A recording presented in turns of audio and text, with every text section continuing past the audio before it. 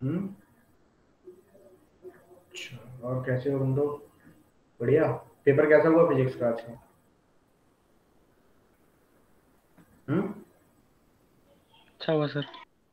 चलो, समझ नहीं आया। अब पेपर कब है? किसका है पेपर? केमिस्ट्री का ही है सर। लिया कब है? 14। 14 को है पेपर हमारा केमिस्ट्री। चलो ठीक है, दे दो आराम से। ठीक है, मस्त तरीके से दे दो पेपर, कोई टेंशन ना लो। एक मिनट रुकना बच्चा बैठी। ए यार, क्या गड़बड़ हो रहा है?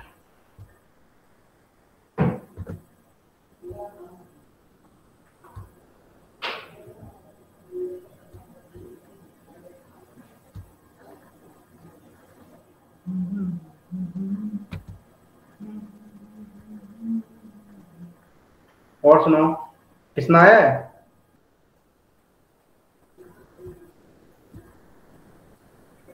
Good evening sir. Good evening, good evening. क्या हो गया?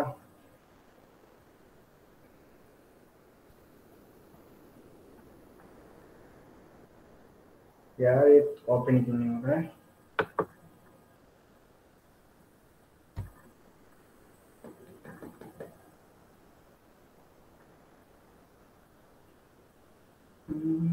एक मिनट रुको बच्चा,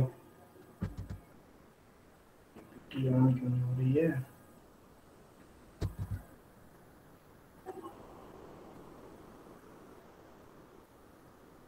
एक मिनट रुको।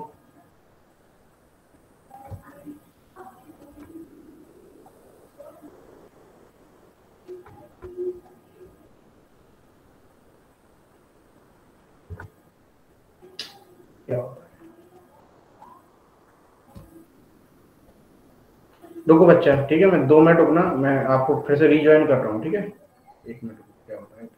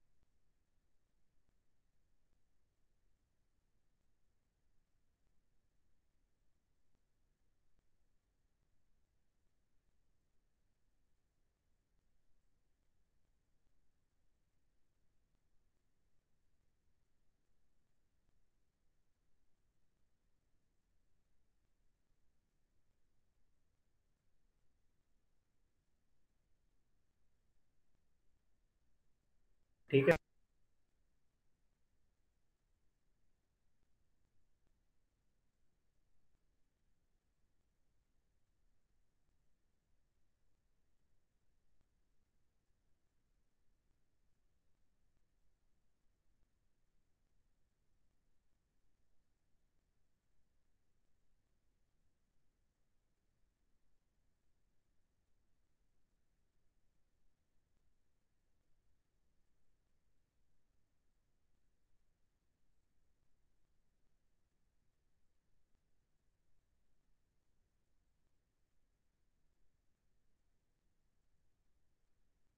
आवाज आ रही है हमारी? Yes sir. आकाश कैसे हो? Yes sir.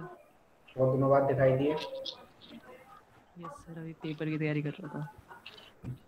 क्या क्या पढ़ लिया? पेपर कैसा हुआ फिजिक्स का आज का?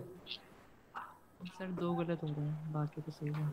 चलो अच्छा, मतलब 28 क्वेश्चन सही करके आया। कितने आ रहे क्वेश्चन? 30? सर 45 करने थे। 45 करने हैं। ठीक सर है, उसमें कोई दोनों के आंसर्स गलत लग रहे हैं मुझे तो आंसर के में। अब एक्चुअली क्या है ना, अब देखो क्या करता है वो पेपर पे, उसको क्या डिसीजन है। चलो आगे बढ़ते हैं। हम सिंपल यहाँ पे D and F block element start करें। अच्छा जनरली बताओ, D and F block element किसे बोलेंगे? बोलो, किसे बोलेंगे? जब last last electron electron D F orbital में जाएगा। डी और एफ ऑर्बिटल में जाएगा, यदि डी में जाएगा तो डी ऑर्बिट क्या बोलेंगे? D block element. D F में जाएगा तो एफ ब्लॉक एलिमेंट। एक बात ध्यान समझना, जनरली जैसे मैं ये बात करूं, ये आप देख रहे हो पेरेंट्स हैं, बच्चे को खिला रहे हैं, ऑब्जर्व करना नेचर को सिंपल। ठीक है, ये आपका सिंपल गुलाब का फूल है, ठीक है, ये भी आपका फूल है। अब आप एक बात ध्यान रखना, आप इस गुलाब के फूल यदि मान लो ये आपका अच्छा दिख रहा है, ठीक है ना, व्हाइट हैप्पीएस्ट गुड दिख रहा है, लेकिन आप सेटिस्फाई हो इस चीज से? क्या सेटिस्फाई है आप? बोलिए, बोलो।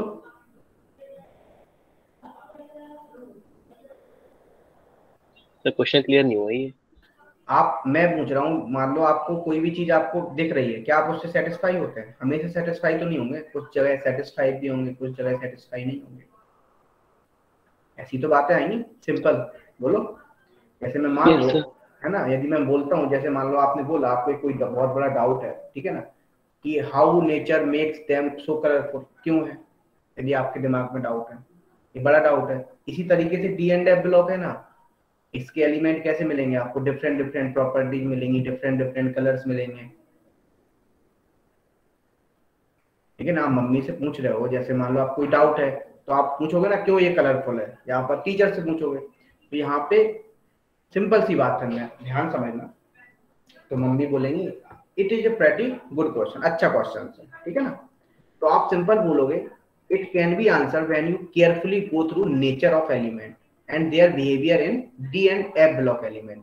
कैसे देखोगे? बोलो, कैसे टाइप करता है? बोलो, क्या बोलोगे? जो नेचर आपके सिंपल एलिमेंट है वो कैसे बिहेव कर रहे हैं, D and F block element type से आपका बिहेव कर रहे हैं। अब यहाँ पे एक चीज समझना ध्यान से, सब पर डी ब्लॉक एलिमेंट की मैं बात करूं, तो अभी आपने बोला था, आप बहुत सारी डेफिनेशन दे सकते हैं डी ब्लॉक एलिमेंट की। आप जनरली बोल सकते हैं वी हैव, मतलब लास्ट इलेक्ट्रॉन एस सब सेल में एंटर करेगा, आप बोलेंगे सॉरी पी डी सब सेल में एंटर करेगा तो आप डी ब्लॉक एलिमेंट बोलेंगे। लास्ट सब सेल, लास्ट इलेक्ट्रॉन यदि मान लो आप बोलते हैं डी ऑर्बिटल में ऑर्बिटल एंटर करेगा, तब भी आप क्या बोलते हो? बोलो, सिंपल डी ब्लॉक एलिमेंट बोलते हो आप। n-1d, n-1d मतलब समझते हो इसको? इसको हम क्या बोलते हैं? n-1 का मतलब यहाँ क्या होता है? कोई बच्चा बता सकता है? पेनल्टीमेट या पेनल्टीमेट। क्या बोलते हैं हम इसको? बोलो, पेनल्टीमेट। आपको पता होगा n- का मतलब क्या है? Simple penultimate shell. अच्छा एक बात बताना, सिंपल पेनल्टीमेट सेल, ठीक है। चलो अब देखो, जैसे मैं बात करूं सिंपल, यहाँ पे आपको बहुत सारे पेनल्टीमेट सेल मिलते हैं यहाँ पे, सिंपल डी ब्लॉक के एलिमेंट, इन्हीं इसीलिए तो इनको क्या बोलते हैं? इनर ट्रांजिशन एलिमेंट भी बोलते हैं। सुने हो तुम इनर ट्रांजिशन? क्यों? आप जनरली जैसे मान लो आपने बोला है, इनर ट्रांजिशन भी कभी कभी बोल देते हैं, ठीक है। अब देखो, ध्यान समझो, तो हम एलिमेंट देखते हैं पीरियोडिक टेबल। तो आपको पता है ये कौन से ब्लॉक होते हैं? एस ब्लॉक, ये कौन से होते हैं बोलो, पी ब्लॉक, ये कौन से होते हैं आपके सिंपल बी ब्लॉक, और ये कौन से होते हैं आपके एफ ब्लॉक। ठीक है, इसी तरीके से आप अरेंज करते हो।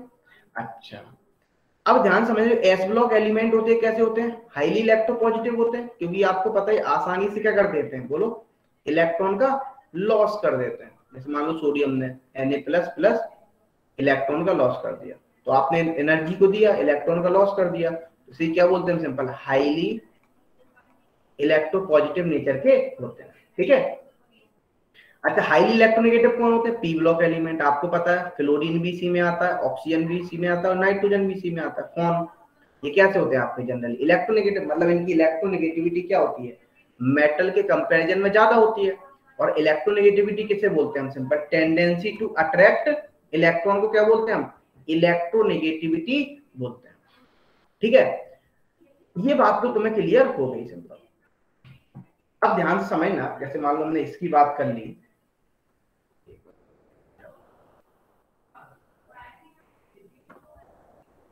ठीक है, अब देखो, और जो अब ये यदि मैं बात, ये कह रहे हैं डी ब्लॉक एलिमेंट को ट्रांजिशन की, यदि मैं बात करूं इनकी प्रॉपर्टीज किस किस के बीच में आएंगी बोलो, यदि ट्रांजिशन एलिमेंट की बात करें, कुछ प्रॉपर्टीज किससे मैच कर रही हैं, पी ब्लॉक के साथ, कुछ प्रॉपर्टीज किसके साथ मैच कर रही हैं, एस ब्लॉक के साथ, इसलिए इनको क्या बोलते हैं हम, ट्रांजिशन एलिमेंट बोलते हैं। ठीक है, चलो कुछ क्वेश्चंस करते हैं, बताओ क्या बोलेंगे, आंसर बोलो, बोलो।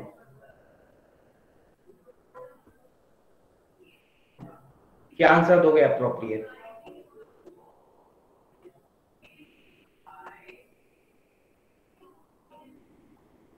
बोलो कुणाल, आकाश, सबशेल होगा,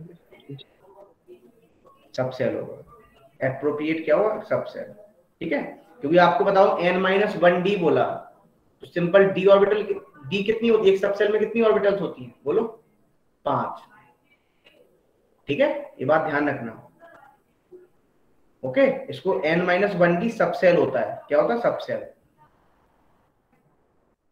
तो दूसरा बताओ आंसर,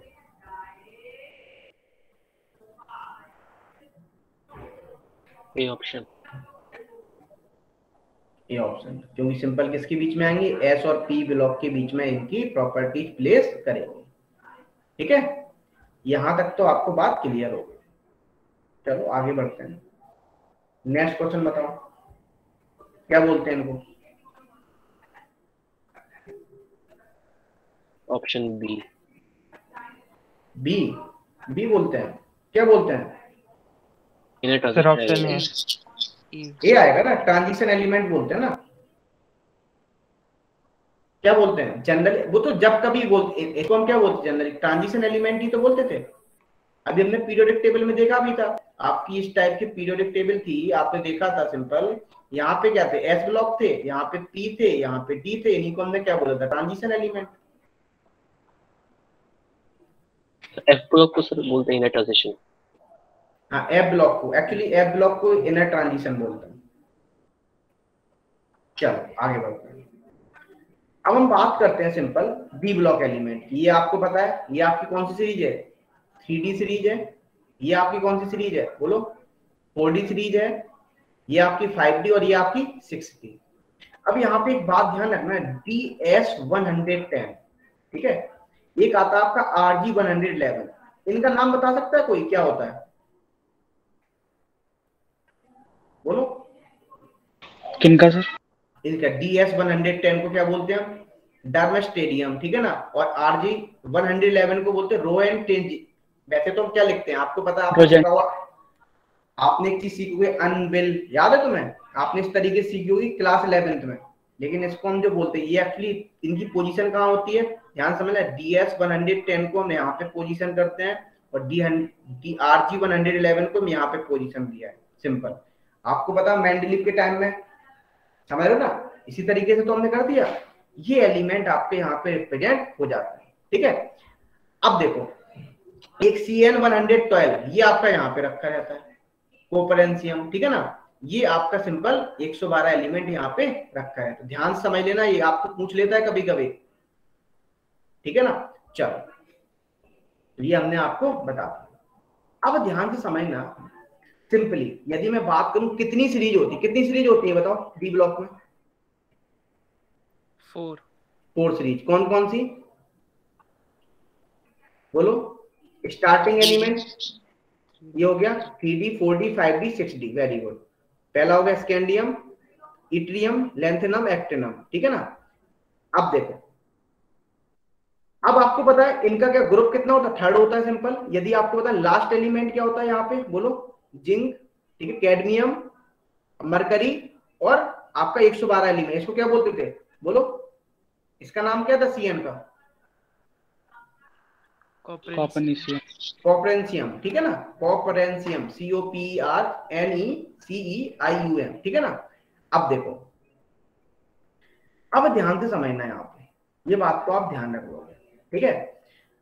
अब हमें सिंपल यदि मैं बात करूं, अब हम इनकी यदि मैं बात करूं कि इलेक्ट्रॉनिक कॉन्फ़िगरेशन की बात करूं, तो इनका इलेक्ट्रॉनिक कॉन्फ़िगरेशन आप कैसे बताओगे बोलो? सिंपल जनरली कैसे बताओगे? तो इसमें मुझे ज्यादा कुछ बताना नहीं, मैं इसलिए पीपीटी बना के लाया हूं, मुझे सिर्फ रिएक्शन पे फोकस करना है। ये तो आपको पढ़नी है प्रॉपर्टीज सारी खुद से, ठीक है। तो देखो D1 होगा, इसमें D2 इट्रियम, लैंथेनम, D1, ठीक है ना। और AC में कितना हो जाएगा सिंपल आपका? ये हो जाएगा 6D1, ठीक है। अब देखो इसमें क्या होंगे? D10 हो जाएंगे, सब में क्या हो जाएंगे? फुल्ली फिल्ड हो जाएंगे। अच्छा एक बात कहना, एक चीज आप पढ़ोगे, हाफ फिल्ड और full filled orbital are more stable. भाई कोई बच्चा बता सकता है क्या सर? यदि हाफ फिल्ड और फुल फिल्ड जो ऑर्बिटल होती हैं वो ज्यादा स्टेबल होती हैं, क्यों ऐसा? Exchange energy. एक्सचेंज एनर्जी, मतलब नंबर ऑफ एक्सचेंजेस ज्यादा होते हैं, इसलिए हम उसे क्या बोलते हैं सिंपल? वहां पे एनर्जी ज्यादा रिलीज होगी। जब एनर्जी ज्यादा रिलीज होगी तो क्या होगा बोलो? स्टेबिलिटी ज्यादा बढ़ेगी। ये तो आपने सिंपल देख लिया। यदि आप देख रहे हो तो यहाँ पे यदि हम बात करें तो NS में क्या था आपका? 2 इलेक्ट्रॉन थे, और सिंपल D में क्या जा रहा है बोलो आपके? N-1D में कितने जा रहे हैं इलेक्ट्रॉन? 1 to 10। वैसे वैसे आपका एलिमेंट चेंज होता जाएगा, ठीक है ना। अब देखो जनरल इलेक्ट्रॉनिक कॉन्फ़िगरेशन देखा हमने, NS 1 to 2, N-1, D 1 to 10 हो गया आपका। आपसे ये पूछ सकता है बी ब्लॉक एलिमेंट का जनरल इलेक्ट्रॉनिक कॉन्फ़िगरेशन को बताइए। अब देखो जैसे मान लो हम जनरल इलेक्ट्रॉनिक कॉन्फ़िगरेशन की बात कर रहे हैं, तो देखो ध्यान समझना, हमने बात किया NS 1 to 2, N-1, D 1 to 10, ठीक है, इसकी बात कर रहा हूं। तो देखो जब मैं इसकी बात कर रहा हूं तो ध्यान समझना, ये आपका किसमें हो जाएगा? फर्स्ट सीरीज के लिए हो जाएगा। मतलब कौन सी सीरीज? फर्स्ट कौन सी थी आपकी? 3D series. कौन सी थी? 3D series. अब देखो यदि मान लो, अब मैंने बात कर दिया इसको सिंपल 3D सीरीज बोल दिया। अब ध्यान समझना, 3D सीरीज क्यों बोल रहे हैं बोलो? लास्ट में कौन सी सेल आ रही है? यदि हम बात करें 3D, आपका इलेक्ट्रॉन जो लास्ट में आ रहा है 3D में आ रहा है। अब मैं बात करूं नेक्स्ट, तो देखो किसकी बात करूं। अब जैसे मान लो मैं ले लिया 4s 1 to 2, 3D 1 to 10, ये भी आपकी किसकी हो गई बोलो? ये हो गई आपकी सिंपल 4D सीरीज, ठीक है ना। यहाँ पे थोड़ा सा गड़बड़ है ना। ये तो आपका पहले वाले का होगा, 4D के लिए आपका अलग होगा, है ना। यहाँ पे 4D करना पड़ेगा, इनको क्या करना पड़ेगा? ये आपका ऊपर वाले का लिखा हुआ है, ध्यान समझना, 3D के लिए लिखा हुआ है, ठीक है ना। 4 के लिए अलग होगा, 4 के लिए ये होगा, ठीक है ना, ये वाला। अब ऐसी क्या आएगा आपका? 5B आएगा सिंपल। कैसा आएगा? 5B। 5B के लिए क्या आएगा सिंपल? 6s 1 to 2, सिंपल आपका हो जाएगा 5D 1 to 10, ठीक है, ये आ गया। अब क्या करोगे आप? सिंपल ऐसे 6D आ जाएगा, तो उसके लिए क्या आएगा? 7s, ठीक है, क्या आएगा? 7s 1 to 2, सॉरी 2, और 6D 1 to 10, ये आपका सिंपल हो गया, ठीक है। ये आपकी 6D हो गई, हमने सिंपल आपको 7D बता दिया, ये बता दिया। चलो क्वेश्चन देखते हैं इसमें, बोलो क्वेश्चन क्या होगा?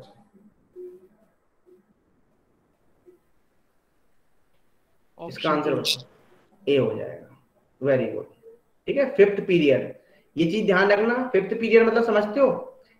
Number of shells, sorry number of electrons filled by shells, कितने इलेक्ट्रॉन्स आपके फिल्ड हैं सेल्स द्वारा, उसी को क्या बोलते हैं, उसका पीरियड नंबर बोलते हैं। ठीक है, चलो ये तो आपको दिख रहा है, 5th पीरियड हो गया, दिख भी रहा है आपको, यहां से ही पता लग रहा है। कहां से? ये आपका क्या बताता है, पीरियड नंबर बताता है। सिंपल।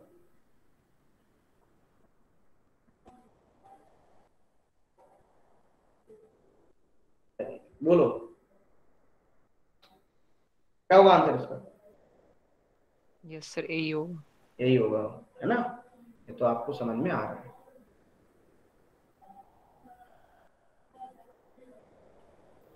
इसका बताओ। इसका भी ए है। Very good. यहां तक तो तुम्हें बात क्लियर हो गई। चलो आगे बढ़ते हैं, इसका आंसर बताओ।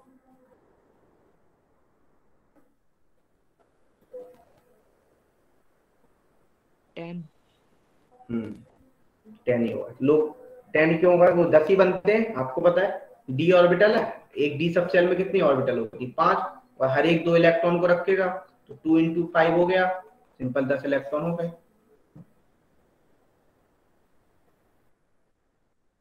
थोड़ी सी ये और से याद रख लेना इसकी, ठीक है? आप सिंपल जैसे एलिमेंट ये स्कैंडियम, टाइटेनियम, वेनेडियम, तो इसकी और से याद रख लेना। स्कैंडियम की क्या होती है? थॉट बिटाइट, ठीक है ना? इसका इल्मेनाइट, एक और होती है FeTi होती है, टाइटेनियम की होगी, इसको बोलते हैं बेनेडिक्टाइट, ठीक है ना? तो आप ये और उसको सिंपल याद रख लेना, ठीक है ना? रख लोगे? ऐसे याद कर लो, थोड़ी वंदना कर लो, थोड़ी, थोड़ी मतलब समझ रहे हो? थोड़ी, थोड़ी वंदना कर लो, मतलब थोड़ी, मतलब सिंपल याद है। थो मतलब थोर में बेटाइट तो सभी में लगा है, आइट सभी में लगा हुआ है, इल्मिटाइट, थोरी, ई, और फिर आप सिंपल वंदना कर लो। वंदना समझ में आ रहा हो? बेनेडिक्टाइट नाइट, ठीक है ना? चलो और देख लो आप सिंपल, क्रोमियम की देख लो, ये होती है क्रोमाइट, ये इंपॉर्टेंट है, ये देख लेना सिंपल, थोड़ी सी ये याद रख लेना। क्रोमाइट इसको बोलते हैं, ठीक है? इसको बोलते हैं क्रोमोर, ठीक है ना? क्रोमोक्रे, Cr2O3, इस टाइप की दिखती है, देखते चलना, इस टाइप की Cr2O3। PbCrO4, इसको बोलते क्रोकोइट, ठीक है ना? क्रोकोइट, इसको भी आप याद रख लेना, ठीक है? और सिंपल आपको याद ही रखनी पड़ेंगे, इस टाइप की आपको दिखती है सिंपल क्रोकोइट। और अब देखो मैग्नीज की बात करें, MnO2, ठीक है? तो आप इसको यूज कर लेना, पायरोलुसाइट होती है जनरली, ठीक है ना? और याद रखना manganese usually does not occur in free state, आपको यूजुअली जो मैग्नीज होती है वो आपको क्या नहीं मिलेगी? फ्री स्टेट में नहीं मिलेगी। इस टाइप से आपका होता है मैग्नीज डाइऑक्साइड, MnO2, ये आपको मिलता है, ठीक है? चलो अब देखो नेक्स्ट चलते हैं, Fe2O3, हेमेटाइट, आपने ये तो सुना ही होगा, आयरन की ओर है हेमेटाइट। और कौन सी होती है बोलो? मैग्नेटाइट भी होती है, इस टाइप की ओर दिखती है, ठीक है? चलो अब हम बात करते हैं कोबाल्ट, COASS, तो इसको क्या बोलते हैं? कोबाल्टाइट, ठीक है? इस टाइप की दिखती है सिंपल। आप देख लो सिंपल यहाँ पे स्मल्टाइट, ठीक है ना? तो इस टाइप की दिखेगी। और लिनेसाइट, ठीक है ना? इसको हम इस टाइप की आपकी दिखेगी, इसको याद रख लो, थोड़ा अजीब से नाम होते हैं वो उसके, तो याद ही रखने पड़ेंगे, ठीक है ना? इसको बोलते हैं क्यूप्राइट, याद रखना है सारी। और मेलेटाइट, ये इंपॉर्टेंट हो रहा है आपकी, एक तो ये इंपॉर्टेंट हो रहा है इसकी, और एक इसकी कॉपर की इंपॉर्टेंट हो, ठीक है? और नेक्स्ट है आपका सिंपल एजुराइट, ठीक है ना? ये तीनों ओर्स आप इनको याद रख लीजिएगा सिंपल, इस टाइप की आपकी एजुराइट दिखती है। चलो आगे बढ़ते हैं, नेक्स्ट चलता है। अब देखते हैं निकेल, ठीक है? निकेल क्लोराइड इस टाइप की आपकी मिलेगी आपको, सिंपली आपको क्या, nickel is found along with CO ores, मतलब कोबाल्ट ओर के साथ आपको ये मिलेगी सिंपल, ठीक है? चलो अब देखो जिंक की मैं बात करूं, ZnS, जिंक ब्लेंड स्ट्रक्चर पढ़े थे, याद है? मैंने एडवांस में पढ़ाए थे तुम लोग, ZnS टाइप, किसी को याद है? जिंक कहाँ पे होता था, कहाँ पे रखा होता था Kunal? Alternate tetrahedral bond. Very good. कितने परसेंट फिल्ड होती थी? 50%, याद हो तो? 50%। वेरी गुड, तो याद ही रखना पड़ेगा, ठीक है? ये आप इनको याद रखो, कैलेमेनाइन, इसको भी आप याद रख लो, ठीक है। चलो करो क्वेश्चंस, बताओ। Option B. B, very good. है, एक मिनट, एक मिनट। यस सर, ए होगा, क्रोमियम। ए क्रोमियम कॉपर ही तो होगा, सही तो है। ऐसे हाफ फील्ड होते हैं इसमें। क्योंकि सिंपल सी बात है ना, हाफ फील्ड और फुल फील्ड होते हैं ना। क्रोमियम का आप एनामोलस मतलब आप क्या होता है इसका बोलो, 4s1 3d5 होता है। लोग करते क्या, 4s2 3d4। यहाँ पे क्या कॉपर क्या होता है, 4s1 3d10 होता है। 3d10। इसीलिए इसका एनामोलस, इसको इलेक्ट्रॉनिक कॉन्फ़िगरेशन बोलते हैं।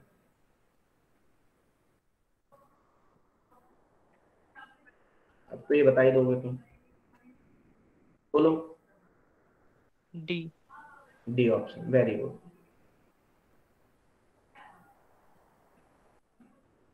चलो आगे बढ़ते हैं। बताओ यहाँ पे ऐसा क्यों, याद ही रखना पड़ेगा, बताओ, लेकिन सी। तुम बता दो। सी, क्योंकि स्टेबिलिटी को क्या अटेन कर लेता है। Very good. तो यहाँ तक तो बातें क्लियर हो गई, बताओ।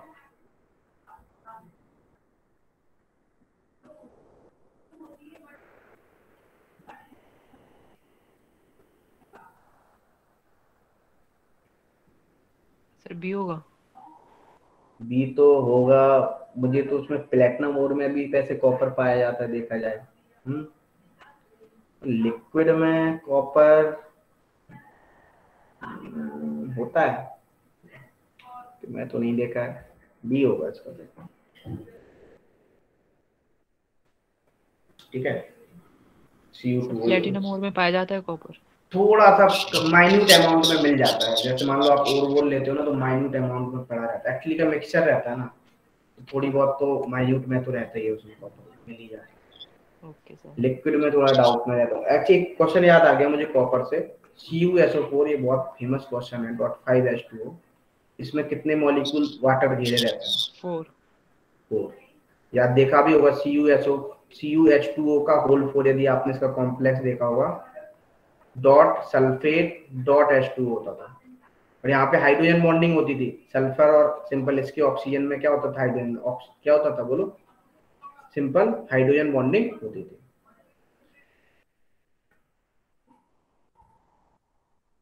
बताओ, ये तो बता ही दोगे, अभी बताया था। निकल किसके साथ एडजस्ट कर रहा था,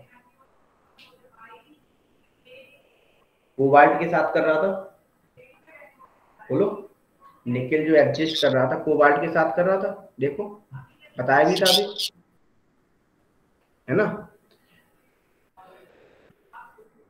चलो जनरल कैरेक्टरिस्टिक्स देखते हैं। ये क्या बनाएंगे, कॉम्प्लेक्स बनाएंगे, ठीक है। यदि कॉम्प्लेक्स बनाएंगे तो पहली बात तो, दूसरी बात, ये कैसे होते हैं, इनके मेल्टिंग पॉइंट और बॉइलिंग पॉइंट कैसे होंगे, हाई होंगे, ठीक है। अब देखो, अब यदि हम बात करें most of the cations of the transition metal, they are unpaired electron. जो अनपेयर्ड इलेक्ट्रॉन है तो सिंपल सी बात है, कैसा बिहेवियर रखेगा बोलो, मैग्नेटिक बिहेवियर रखेगा, पैरामैग्नेटिक। है ना। मैग्नेटिक बिहेवियर मतलब पैरामैग्नेटिक रखेगा। और आपको पता है कि हमें मैग्नेटिक बिहेवियर निकालना होता था, सिंपल हम म्यू से निकालते थे। मैग्नेटिक मोमेंट कैसे निकाल, √n n+2, जहां पे n क्या होता था बोलो, नंबर ऑफ अनपेयर्ड इलेक्ट्रॉन होता था। क्या होता था, नंबर ऑफ अनपेयर्ड इलेक्ट्रॉन, ठीक है। इस बात को ध्यान रख लेना बहुत अच्छे से, बोलो, ये बात क्लियर। Yes. अब देखो, अब ये क्या, और यहाँ पे क्या इसका यूनिट होता था, Clear है। बोहर मैग्नेटॉन होता था। ये तो अपन ने बहुत डिटेल में पढ़ा था, याद हो, कोऑर्डिनेशन कंपाउंड में अपन ने पढ़ा भी था। इनकी क्या होगी, डेंसिटी बहुत हाई होगी, मेलिएबिलिटी, क्योंकि मेटल से तो मेलिएबल भी होंगे, डक्टाइल भी होंगे, मेटालिक क्लस्टर भी होंगे। क्लस्टर का मतलब समझते हो, कोई बच्चा बताएगा, बोलो। सर चमकता है। चमक, बिल्कुल। और इनकी good conductor of heat and electricity except, इसको छोड़ के, ध्यान समझ लो, जिंक, कैडमियम, Hg और Cn, इसको छोड़ के, इस बात को याद रख लो, ठीक है ना। अब देखो, ऐसे याद रख लो, जाने कहीं ना होगी, मतलब जिंक कैडमियम होगी मतलब Hg, और यहाँ पे Cn आप याद रखी लोगे 112 होता है, कॉपरेंशियम इसका नाम होता है, 112 इसका एटॉमिक नंबर होता है। ठीक है, चलो अब देखो, आपको पता है ये ऑर्गेनोमेटालिक कंपाउंड बनाता था, याद है? ऑर्गेनोमेटालिक कंपाउंड किसे बोलते थे, कोई बच्चा बताएगा? कार्बन और मेटल के बीच में बॉन्ड। जब कार्बन और मेटल के बीच में बॉन्ड होता था तब हम उसे क्या बोलते थे, ऑर्गेनोमेटालिक कंपाउंड होते। कितने टाइप से होते थे ऑर्गेनोमेटालिक कंपाउंड? 3 टाइप्स। ठीक है, कौन कौन से?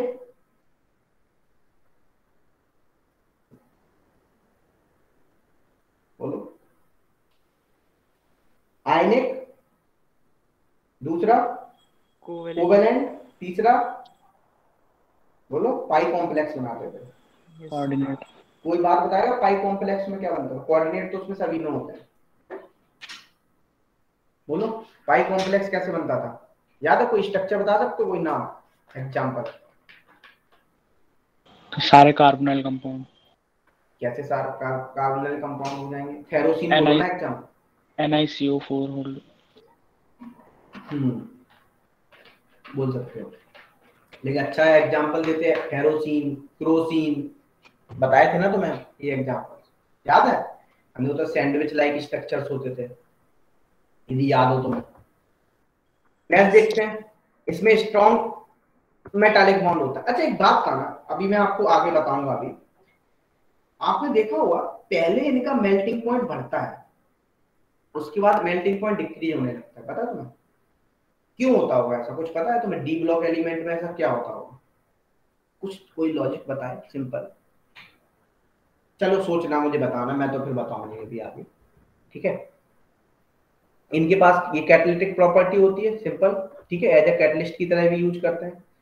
अब आप देखो, ध्यान समझना, 1 ग्राम आप 1 किलोग्राम कॉटन लिया, 1 किलोग्राम आयरन लिया, तो अब एक बताना, 1 किलोग्राम कॉटन लोगे तो जगह जगह घेरेगा, बोलो। और आपको पता है इक्वल वेट तो इन दोनों के इक्वल ही होंगे, ठीक है ना? वेट क्या होंगे? इक्वल ही होंगे, सिंपल सी बात है। चाहे आप 1 किलोग्राम आयरन ब्लॉक लो, चाहे 1 किलोग्राम कॉटन लो, लेकिन सरफेस एरिया इनका अलग अलग होगा, होगा या नहीं होगा? बोलो बोलो। डेंसिटी सबसे ज्यादा किसकी होगी, कॉटन की या आयरन की? आयरन। आयरन की, वेरी गुड। ठीक है, ये बात तो आपको क्लियर हो गई। चलो तो ये बात तो आपके लिए, तो मतलब डेंसिटी क्या होती है? मास अपॉन वॉल्यूम होती है, सिंपल। जब डेंसिटी आपकी मास अपॉन वॉल्यूम है तो एक बात तो क्लियर हो गई कि जो डी ब्लॉक एलिमेंट होंगे जनरली वो ज्यादा डेंसर होंगे किससे, एस ब्लॉक के कंपैरिजन में। क्यों होंगे या नहीं होंगे? जल्दी बोलो, है ना? ये बात तो क्लियर है। अब अच्छा एक बात आना, एटॉमिक रेडियस का क्या, यदि मैं बात करूं, आप एक बात आना, जैसे मान लो आप जैसे जैसे मोलर, आपको ये बात तो पता है डेंसिटी जो होती है मास अपॉन वॉल्यूम, और हमने बताया था अपन जो देखते हैं molar mass is directly proportional to density के देखते हैं, ठीक है ना? अब एक बात आना, यदि मैं एटॉमिक रेडियस की बात करूं डी ब्लॉक एलिमेंट की, वो क्या होगी जनरली? कम होगी, किसके कंपैरिजन में? एस ब्लॉक एलिमेंट के। आप इस तरीके से दिमाग भी लगा सकते हैं, लेफ्ट टू राइट जाते थे तो क्या होता था, एटॉमिक रेडियस क्या होती है, डिक्रीज करती है इंक्रीज? बोलो। डिक्रीज। डिक्रीज करेगी, तो आपको ये तो बात लॉजिक क्लियर हो रहा हो, डी ब्लॉक की क्या होगी, सिंपल सी बात है, थोड़ी सी क्या होगी, डिक्रीज करेगी, यदि मैं एटॉमिक रेडियस की बात करूं तो। ठीक है, अब यहां पे यदि मैं बात कर रहा हूं सिंपल, याद रखना हमेशा जो हम डेंसिटी वाला पार्ट देखते हैं ना, डेंसिटी पे हम वॉल्यूम को जनरली नेग्लिजिबल ही करते हैं। क्या करते हैं? नेग्लिजिबल ही करते हैं, मानते नहीं। हम सिंपल मोलर मास से देखते हैं। कहां से देखते हैं? बोलो, मोलर मास से। आपने ये चीज स्टेट्स ऑफ मैटर में बहुत अच्छे से पढ़ी होगी, ठीक है ना? चलो यहां तक तो बात आपको क्लियर हो गई, ये चीज तो। अब हम आगे बढ़ते हैं थोड़ा सा, सॉलिड है, लिक्विड है। अब देखो, अब आपको एक बात पता है, जो सॉलिड होते हैं वो क्या होते हैं, जनरली क्लोजली पैक होते हैं लिक्विड के कंपैरिजन में, ठीक है? जैसे मान लो सॉलिड के पार्टिकल है, लिक्विड के पार्टिकल्स हैं, ठीक है? अब आपको पता है यदि हम सॉलिड को हीट करेंगे तो ये किस में कन्वर्ट होगा, थोड़ा सा बोलो, टेम्परेचर के साथ साथ लिक्विड में मान के चल रहा हूं, ऐसा कोई जरूरी नहीं कि हर चीज लिक्विड में कन्वर्ट हो जाए। क्यों हो रहा है ऐसा? क्योंकि मेल्टिंग पॉइंट क्या हो रहा है इसका, बोलो, कम है। ध्यान समझ ना। अब देखो यदि मान लो सॉलिड है, हम इसको हीट करते जा रहे हैं, ये लिक्विड में कन्वर्ट नहीं हो रहा आसानी से, ठीक है ना, डिफिकल्टी हो रही है, तो मतलब क्या है इसका मेल्टिंग पॉइंट, मतलब क्या है, बोलो, ज्यादा है। यदि जिसका सिंपल सी बात है ना, तो मेल्टिंग पॉइंट ज्यादा है। अब ध्यान से समझना, यदि मैं बात करूं तो इनके केस में क्या होगा, यदि मान लो जिसका मेल्टिंग पॉइंट कम है, इसका मतलब क्या है, उनके बीच में बॉन्डिंग क्या है, स्ट्रेंथ क्या है उनके बीच में, या इंटरमोलिकुलर फोर्स ऑफ अट्रैक्शन कैसा होगा, बोलो इसमें यदि हम बात करें, इंटरमोलिकुलर फोर्स ऑफ अट्रैक्शन क्या होगा जिसका वीक है, बोलो, कम होगा। और इसमें क्या होगा, यदि मान लो जिसका हाई है, उसमें इंटरमोलिकुलर फोर्स ऑफ अट्रैक्शन क्या होगा, बोलो क्या होगा, सिंपल आपका हाई होगा। ये बात तो आपको पता है, मतलब एक का क्या है, मोर है, एक का लेस है, एक का हाई है, ठीक है। अब देखो, अब एक बात ध्यान समझना, सेम चीज यदि मैं बात करूं यहाँ पे, तो क्या हो रहा है, तो ये जो आपका केस ऑफ ट्रांजिशन एलिमेंट लेते हैं सिंपल, यहां भी क्या होता है, मेल्टिंग पॉइंट होना क्या चाहिए था, बोलो, जनरली इंक्रीज करना चाहिए था, लेकिन ऐसा नहीं होता है। हमने अभी बात की थी, कोई बच्चा बता पाएगा, सोच पाया कोई, बोलो क्यों होता है उसका मेल्टिंग पॉइंट, बोलो। जो इस टाइप से ग्राफ आता है, आप देखेंगे मेल्टिंग पॉइंट, तो आप देखेंगे इंक्रीजिंग और डिक्रीजिंग ग्राफ आएगा, इस तरीके से बढ़ेगा घटेगा। अनपेड पहले बढ़ते हैं फिर घटते हैं फिर वेरी बढ़ गुड, जाते हैं। Very good, very good, very good, very good. और जितने ज्यादा फर्स्ट इंक्रीज हुआ, फिर उसके बाद क्या होने लगा, क्रोमियम के बाद, बोलो, डिक्रीज। एक बात बताना, क्यों हुआ ऐसा? ऐसा इसीलिए हुआ क्योंकि सिंपल सी बात है, ये आपका ध्यान समझ ना, क्योंकि सिंपल सी बात है यहाँ पे, अनपेयर्ड इलेक्ट्रॉन, जैसे अभी उसने बोला अनपेयर्ड इलेक्ट्रॉन जितने ज्यादा बढ़ेंगे, तो एक बात आना, अनपेयर्ड इलेक्ट्रॉन जब जितने ज्यादा बढ़ेंगे तो मेटालिक बॉन्डिंग क्या होगी, इंक्रीज होगी या डिक्रीज, बोलो, मेटालिक बॉन्डिंग क्या होगी, इंक्रीज होगी। जब मेटालिक बॉन्डिंग इंक्रीज होगी तो सिंपल सी बात है ना, उसका मेल्टिंग पॉइंट भी क्या हो जाएगा, बोलो, इंक्रीज करेगा।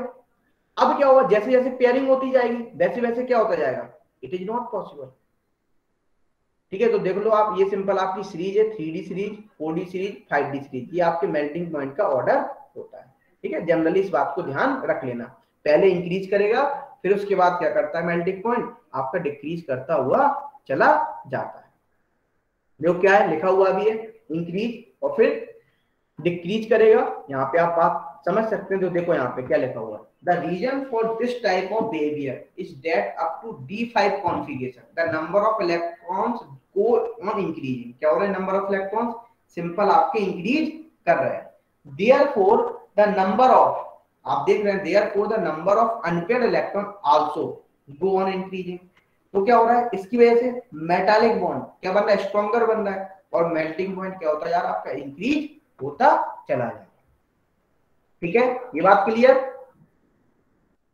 अब देखो क्या आफ्टर D5 क्या हो जाएगा, simple the number of electrons, simple यदि हम देखेंगे तो अब आप देख रहे हैं go increasing, but the number of unpaired electron also decreasing. अब अनपेयर्ड इलेक्ट्रॉन क्या हो रहा है, डिक्रीज करें, जब डिक्रीज करेंगे तो मेटालिक बॉन्डिंग क्या हो जाएगी, वीकर हो जाएगी, और सिंपल मेटालिक बॉन्डिंग जब वीकर हो जाएगी तो आपका मेल्टिंग पॉइंट क्या हो जाएगा, सिंपली डिक्रीज कर जाएगा।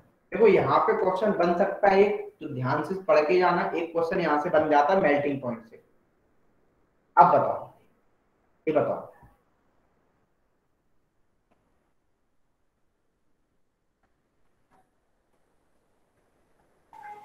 Incompletely field. चलो, मोस्ट अनस्टेबल, और कोई आंसर? कुणाल क्या हो गया आज, तुम्हारा मन नहीं लग रहा है क्या पढ़ने में, कुणाल? Yes sir. मन नहीं लग रहा क्या आज, पेपर अच्छा नहीं हुआ क्या? नहीं सर, मस्त हुआ। तो फिर क्यों आज मन नहीं कर रहा पढ़ने का? नहीं सर, वो गले में दर्द था। अच्छा बेटा, तुमने कौन सी आंसर क्यों बताया था आकाश? सर मैंने डी बताया था, इनकम्प्लीटली फिल्ड बोला था। अच्छा, मैं सी सुनना इसलिए मैं, ठीक है, सिंपल सी बात है, ठीक है। चलो यहाँ पे बताओ,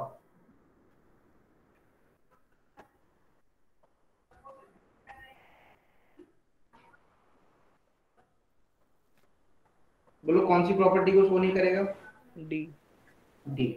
तो डक्टिलिटी को शो करेगा, good conductor of heat and electricity भी होता है, मेलिएबिलिटी भी होती है, यही नहीं करेगा, सिंपल डी आंसर इसका।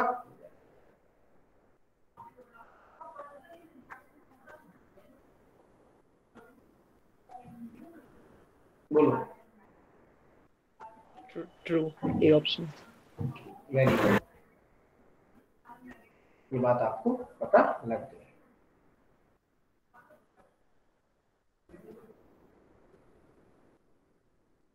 बोलो क्या होगा?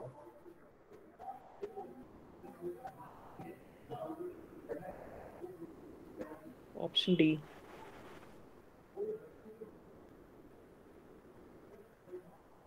Yes, sir. D. Very good, तो सिंपल सी बात है, ठीक है। अच्छा, साइज भी decrease, increase nuclear charge, very good. Sir वैसे पुअर शील्डिंग होगी। पुअर शील्डिंग, हाँ तो पुअर शील्डिंग से क्या साइज बढ़ता है ना। पुअर शील्डिंग से क्या, पुअर आपकी यदि शील्डिंग अच्छी होगी तब तो साइज नहीं बढ़ेगा ना। जैसे पुअर शील्डिंग से डिक्रीज हो जाएगा साइज। हाँ तो ये सॉरी, हाँ साइज डिक्रीज होगा, सॉरी डिक्रीज करेगा ना, क्योंकि अट्रैक्शन बढ़ेगा ना आउटर मोस्ट सेल के बीच में, इसीलिए तो हम इसी को तो बोलते हैं सिंपल लेंथेनॉइड कॉन्ट्रैक्शन। यदि याद हो, या यदि याद हो तुम लोगों को, मैंने पहले भी आपको एक चीज पढ़ाई थी, inert pair effect. Yes sir. Inner shell के इलेक्ट्रॉन को अट्रैक्ट करता था, सिंपल। चलो, अच्छा आयनाइजेशन एनर्जी क्या होगी जनरली? ये आपका एटम है, अब यहाँ पे यदि मैं बात करूं, यहाँ पे क्या होगा, इलेक्ट्रॉन का लॉस होगा, और जब इलेक्ट्रॉन का लॉस होगा सिंपल, तो क्या बनेगा, कौन सी एनर्जी की रिक्वायरमेंट होगी? बोलो, आयनाइजेशन एनर्जी। तो सिंपल सी बात है, हमें एक इलेक्ट्रॉन को निकालने के लिए तो यहाँ पे क्या होगा, एनर्जी देनी होगी। जब एनर्जी देना पड़ेगा तो ये किस में कन्वर्ट होगा? देखो सिंपल, एक इलेक्ट्रॉन का लॉस करेगा, एक कैटायन के फॉर्म में कन्वर्ट हो जाएगा, ठीक है ना। तो एनर्जी हमें रिक्वायरमेंट होती है सिंपल आयनाइजेशन एनर्जी में, उसे हम क्या बोलते हैं? सिंपल बोलो, आयनाइजेशन एंथैल्पी बोलते हैं। जब आप आउटर मोस्ट सेल से एक इलेक्ट्रॉन को निकालेंगे बाहर, तो हम उसे क्या बोलते हैं? जो एनर्जी की रिक्वायरमेंट होगी उसे आयनाइजेशन एनर्जी बोलेंगे। अब देखो ध्यान समझना यहाँ पे एक बात, अब मान लो आप लेफ्ट टू राइट जा रहे हैं, तो आपका एटॉमिक साइज डिक्रीज हो रहा है ना। जब डिक्रीज हो रहा है तो एटॉमिक, तो आयनाइजेशन एनर्जी क्या होनी चाहिए? इंक्रीज करेगी या डिक्रीज? बोलो, इंक्रीज। डिक्रीज करनी चाहिए, ठीक है ना। चलो, ये तुमने बता दिया। So ideally ionization energy should go on increasing in case of D block element, ठीक है ना, इंक्रीज करती है। चलो देखते हैं, ग्राफिकल डाटा को समझते हैं। यहाँ पे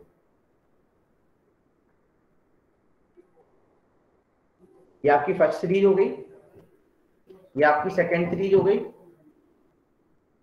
ये आपकी थर्ड सीरीज आ गई। तो आप एक चीज नोटिस कर रहे होंगे, यहाँ पे कुछ गड़बड़ लग रहा है। एक बार एनसीईआरटी अगर आप खोलना बेटा, एक आयनाइजेशन एनर्जी का एनसीईआरटी अगर आप खोलना,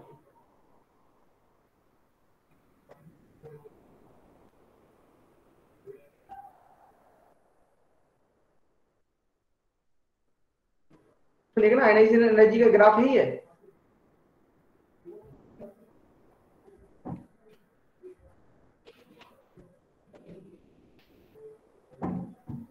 मैं देखूं क्या?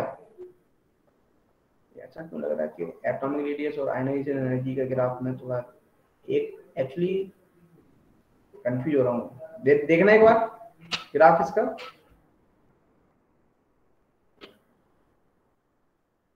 यही है सर। यही है, अच्छा तो फिर वो एटॉमिक रेडियस वाले में होता होगा।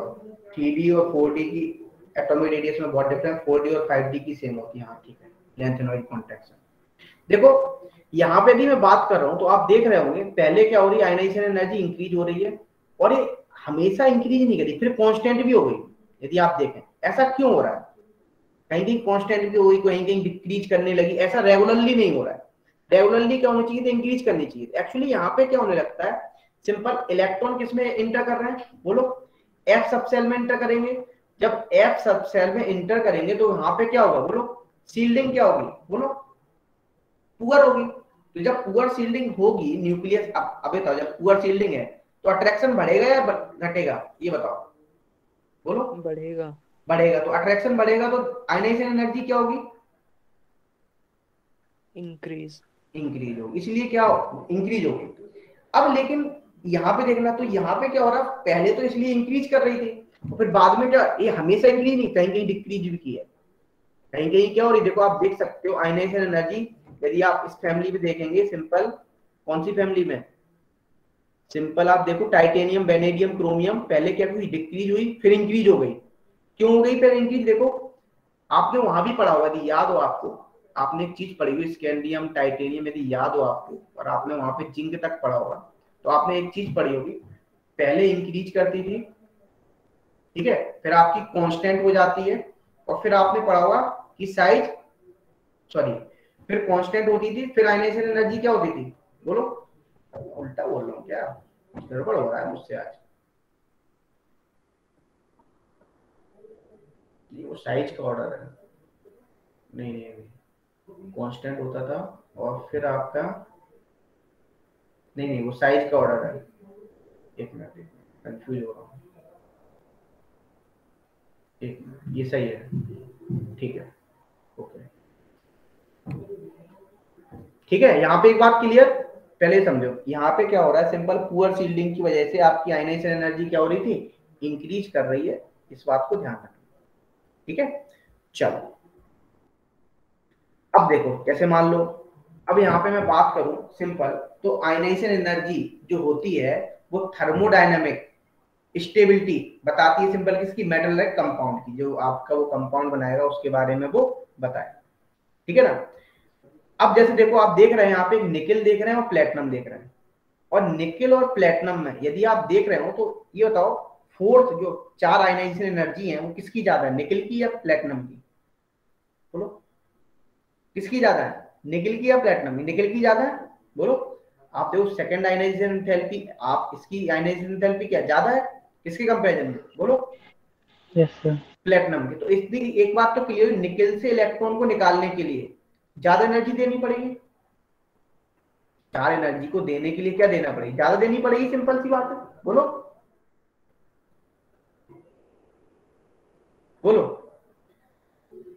Yes sir. अब एक चीज ध्यान समझना, ये बात तो आपको क्लियर होगी, तो निकेल प्लस टू क्या होगा आपका, बोलो, कौन ज्यादा स्टेबल, निकेल प्लस टू ज्यादा स्टेबल होगा या प्लेटिनम प्लस टू, एनर्जी किसमें ज्यादा रिलीज हो रही है, बोलो, जिसमें जितनी ज्यादा एनर्जी रिलीज करेगा स्टेबिलिटी उसकी उतनी ज्यादा बढ़ेगी ना, ये चीज तो तुम्हें पता है ना, इतनी बात हमने पहले ही बताई थी, यस सर। है ना। तो स्टेबिलिटी प्लेटिनम प्लस टू की ज्यादा होगी। अच्छा, अब लेकिन यदि हम बात करें, जो आप देख भी रही ना, आपको यहाँ पे आयनाइजेशन एंथैल्पी, फर्स्ट दो आयनाइजेशन एंथैल्पी किसकी ज्यादा थी, बोलो, प्लेटिनम की ज्यादा थी, मतलब फर्स्ट आयनाइजेशन एंथैल्पी, और सिंपल आपका सेकंड आयनाइजेशन एंथैल्पी। लेकिन अब जब आप इसमें देख रहे हैं, इसमें क्या हो रहा है, बोलो, सिंपल आपका, यदि आप नोटिस कर रहे हो यहाँ पे, तो सिंपल आपका जो फोर्थ आयनाइजेशन एंथैल्पी है वो किसकी ज्यादा है, वो सिंपल आपकी प्लेटिनम की ज्यादा है, सॉरी प्लेटिनम की, निकेल की ज्यादा है। तो अब यदि आप बात करो Ni+4 में और Pt+4 में, कौन ज्यादा स्टेबल होगा, Pt+4। क्या बोल रहे हो, सर Ni प्लस, Pt+4। क्यों, सर उसमें कम एनर्जी देनी पड़ी है ना उसे फॉर्म करने के लिए। बेटा एनर्जी देनी पड़ी वो बात तो ठीक है, एनर्जी की रिक्वायरमेंट हुई, बेटा थर्मोडायनेमिक स्टेबिलिटी की बात कर रहा है यहाँ पे, किसकी बात सोच रहे हो,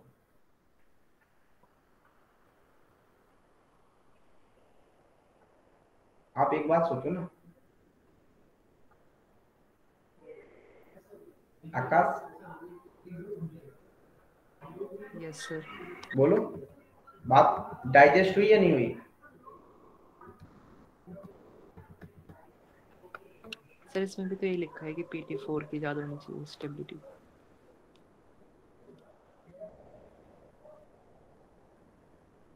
मैं उल्टा बता रहा हूँ क्या,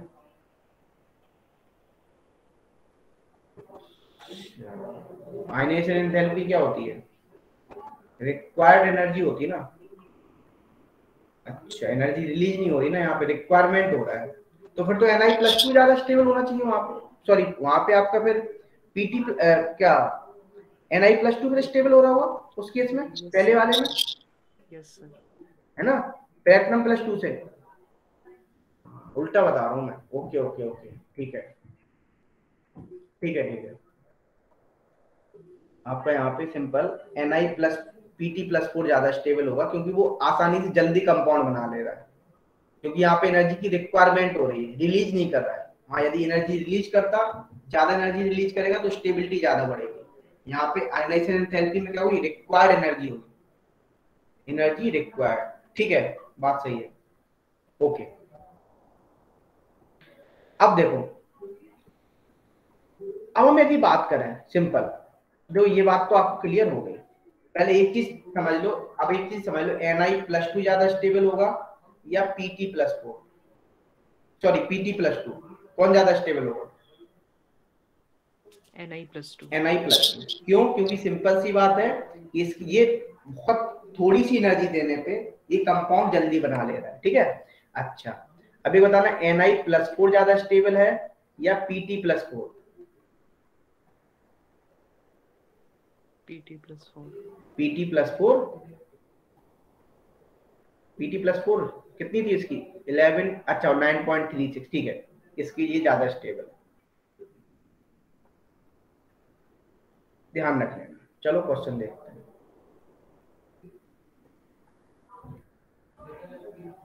बताओ क्या होगा।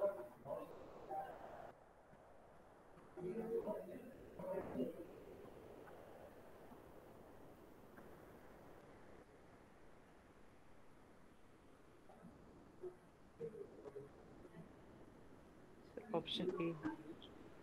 ऑप्शन ए, पुअर शील्डिंग तो होती है, ठीक है, इलेक्ट्रॉन आते चले जाएंगे, ठीक है, लेकिन साइज डिक्रीज हो रहा है, एटॉमिक वेट डिक्रीज नहीं, ठीक है, ये है वो सही है, ठीक है, ये आंसर हो गया।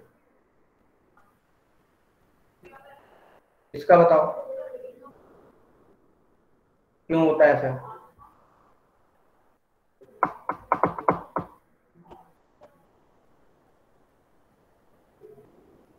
आपने देखा भी था 5d3 सबसे टॉप पे था ग्राफ में।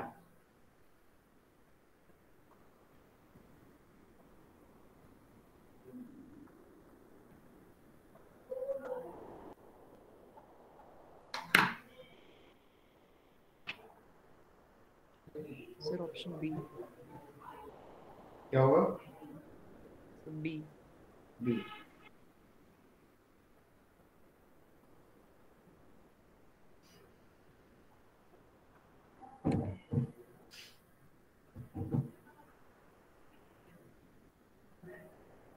आकाश, एक्टिनोइड किस में लगता है? बोलो आकाश, एक्टिनोइड किस में लगता है? एफ ब्लॉक एलिमेंट में लगता यस सर। है ना। और यदि तुम बात करोगे यहाँ पे सिंपल, तो यहाँ पे क्या लगेगा फिर, कौन सा लगेगा बोलो?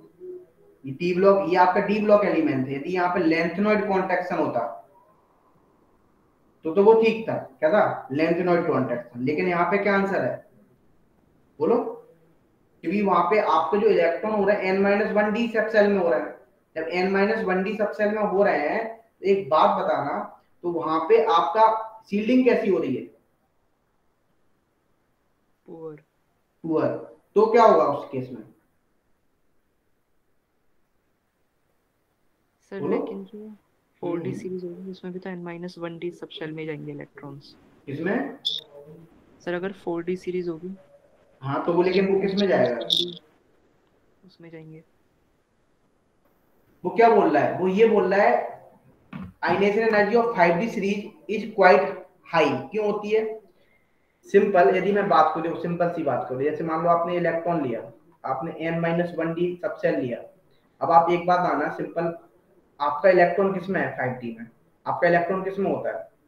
4d में होता है ना। ठीक है ना। अब 4D में अब एक बात आना, अब आपको पता है 5s क्या है, बाहर है आपका, आपका 4D अंदर है और 5s बाहर है। अब एक बात आना, यहाँ पे क्या होता है, सिंपल एस सबसेल किसके पास होगी, न्यूक्लियस के पास। और जब एस सबसेल न्यूक्लियस के पास होगा तो क्या होगा, वो सील, अब वो न्यूक्लियस को अट्रैक्ट कर रहा होगा, लेकिन वो आउटर मोस्ट सेल के इलेक्ट्रॉन को भी अट्रैक्ट कर रहा होगा, क्योंकि आपको पता है अब जब वो अट्रैक्शन हो तो यहाँ पे क्या हो रही है, पुअर शील्डिंग इफेक्ट ही तो हो रहा होगा। और जो इलेक्ट्रॉन जा भी रहा है वो किस में जा रहा है, यदि आप देखो फर्स्ट आयनाइजेशन किस में जा रहा है, इनर सेल में ही तो जा रहा है। एक बात तो सुनो, एक वैसे भी आप इनर सेल में ही तो जा रहा है।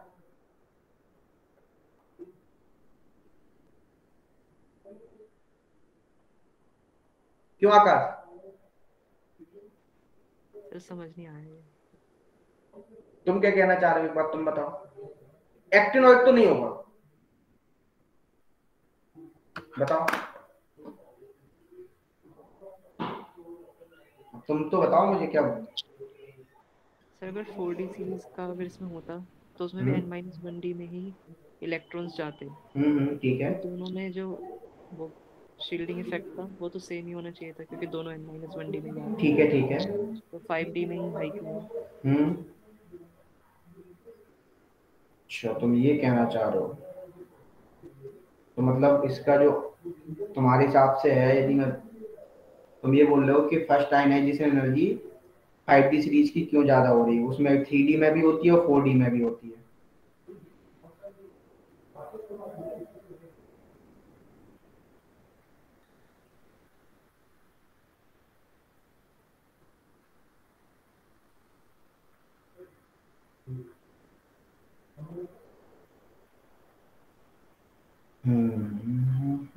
तो इसमें यदि हम देखना चाहें तो आपका, यदि हम बात करें तो 5D सीरीज आ रही है, ठीक है।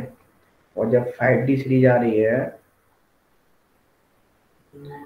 तो कुणाल तुमको सोच रहे हो उसमें, सर आयनाइजेशन एंथैल्पी मतलब तो इलेक्ट्रॉन निकालना होता है, और इसमें लिखा है added electron enters n-1d subshell. तो सर इसमें तो निकालने की बात होनी चाहिए ना, ऐड करने की वजह। सर इनमें से कोई सा भी करेक्ट नहीं लग रहा ऑप्शन। कुछ गड़बड़ है ना क्वेश्चन में। अच्छा यहाँ पे आयनाइजेशन एनर्जी की बात कर रहा है ना, और यहाँ पे क्या एडेड इलेक्ट्रॉन की बात कर रहा है। नहीं फिर नहीं होगा इसमें, एक्चुअली यदि हम बात करें तो नहीं नहीं फिर नहीं होगा इसमें आंसर, ना तो ये होगा, फिर तो ना तो ये होगा ना ये होगा। यहाँ पे एडिट ना करके इंटर क्यों करेगा, लॉस करेगा ना, यस सर। ठीक है ना, लॉस करेगा ना।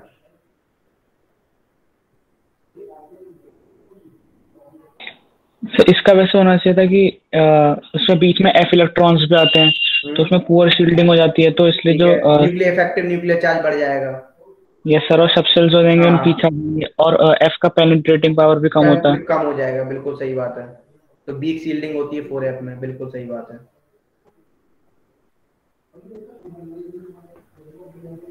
इसमें कुछ मिस्टेक ही है, फिर देख लेता हूँ और इसको एक बार क्वेश्चन को चेक कर लेता हूँ, है ना, दोबारा से।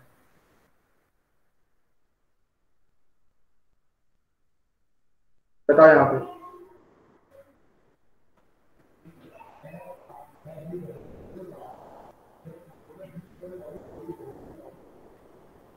थर्ड।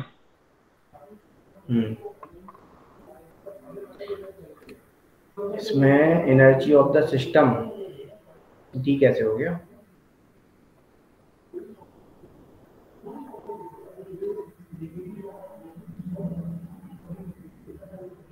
थर्मोडायनेमिक स्टेबिलिटी को तो बताता है, किसको प्रेडिक्ट करता है, थर्मोडायनेमिक स्टेबिलिटी को तो प्रेडिक्ट करेगा। इसका सी आंसर ही होना चाहिए ना। हीट चेंज में होता है इसका, हीट चेंज में इसका क्यों होगा, कोई फर्क ही नहीं पड़ना चाहिए। Calculate energy of the system, ये तो एनर्जी इलेक्ट्रॉन को निकालने के लिए करता है ना। एनर्जी ऑफ द सिस्टम आप इस तरीके से, एनर्जी ऑफ द सिस्टम तो आप इस तरीके से पता लगा सकते हैं, जैसे मान लो कोई भी एटम है, ठीक है, यहाँ से इलेक्ट्रॉन निकालना है तो आप ये बता सकते हैं कि इतनी एनर्जी देनी पड़ेगी इस सिस्टम को, तब एक इलेक्ट्रॉन निकलेगा या दूसरा इलेक्ट्रॉन निकलेगा, आप ये तो बता सकते हैं। हीट चेंज में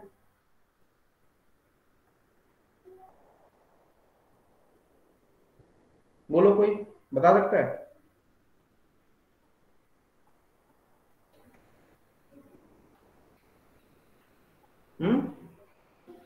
हीट चेंज मतलब एंथैल्पी होगा, मतलब यहाँ पे एंथैल्पी चेंज ही होगा। तो एंथैल्पी चेंज क्या, आप क्या बताओ एंथैल्पी चेंज में? यहाँ रिएक्शन कैसी होती है, रिक्वायरमेंट होती है ना, एंडोथर्मिक होती है ना।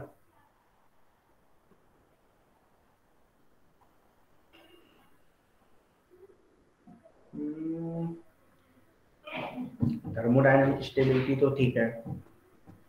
आकाश सर यहाँ एनर्जी ऐसे कैलकुलेट कर सकते हैं कि पहले सारे इलेक्ट्रॉन्स को निकाल लेंगे, फिर जितनी एनर्जी यूज होगी इसमें उसका नेगेटिव ले लेंगे, वो उस सिस्टम की एनर्जी हो जाएगी। ठीक है, अच्छा उस सिस्टम की एनर्जी हो जाएगी। हीट चेंज का पता नहीं। हीट चेंज का सिस्टम का तो हम समझ सकते हैं, ये तो मुझे समझ में आ रहा है, ठीक है। हीट चेंज वाला देखना पड़ेगा ऑप्शन। चलो इसको चेक करते हैं एक बार ना, बताता हूँ देख के मैं इसको। बताओ इसमें क्या होगा।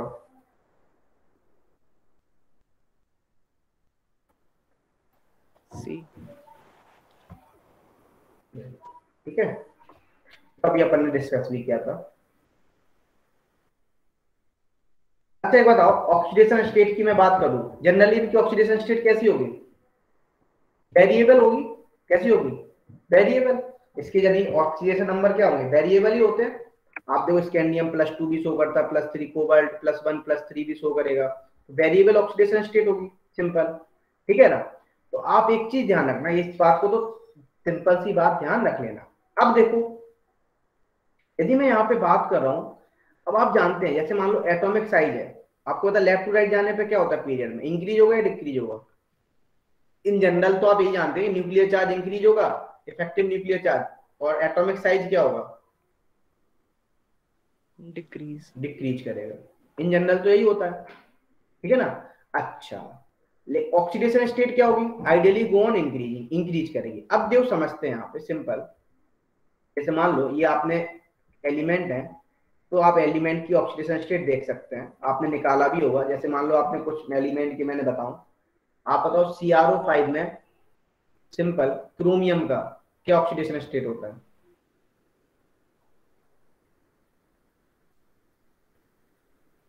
+6। Very good. कैसे? बटरफ्लाई स्ट्रक्चर होता है sir. Very good, butterfly structure होता है। ये जैसे हो गया आपका, और भी आप देख सकते हो, है ना। तो सिंपल सी बात, आप देखो क्रोमियम कौन कौन सी स्टेट शो कर रहा है, +1 +2 +3, और आपको पता है ऑक्सीडेशन नंबर कभी भी मोर देन, इससे ज्यादा नहीं होता था, valence electrons. Balance electron. Next class में पीपीटी लेके नहीं आएंगे। चलो आगे बढ़ते हैं। अब देखो ध्यान समझना, ये आपका हो गया। तो अब देखो यहाँ पे मैं बात करूं सिंपल, अब एक बात आओ, यहाँ पे यदि मैं बात करूं तो ये वेरिएबल क्यों मिल रहा है? बताओ वेरिएबल क्यों मिल रहा है? एनर्जी गैप समझ, बताओ। आपको पता है ना कि डी ऑर्बिटल है, डी इलेक्ट्रॉन है ना, डी ऑर्बिटल आ रही है ना, इसीलिए क्या आ रहा है बोलो? Due to empty D orbital. आपको पता है खाली डी ऑर्बिटल की वजह से ही क्या शो कर रहा है बोलो? आप जैसे मान लो D1 भरे, तो अब आपको पता है ना कि अब उसके पास क्या शो करेगा? वेरिएबल ऑक्सीडेशन स्टेट शो करेगा, सिंपल सी बात है। आप 2 भरेंगे, उसके पास भी खाली डी ऑर्बिटल है ना, तो वो डिफरेंट डिफरेंट ऑक्सीडेशन स्टेट को क्या करता है? वो शो करता है। यदि आप देखेंगे सिंपल एनर्जी लेवल को, आप जानते हैं एनर्जी गैप को 1s2 है, आपने देखा होगा ऑफ-बाउ प्रिंसिपल से, ऑफ-बाउ प्रिंसिपल से आपने देखा होगा सिंपल, ठीक है ना।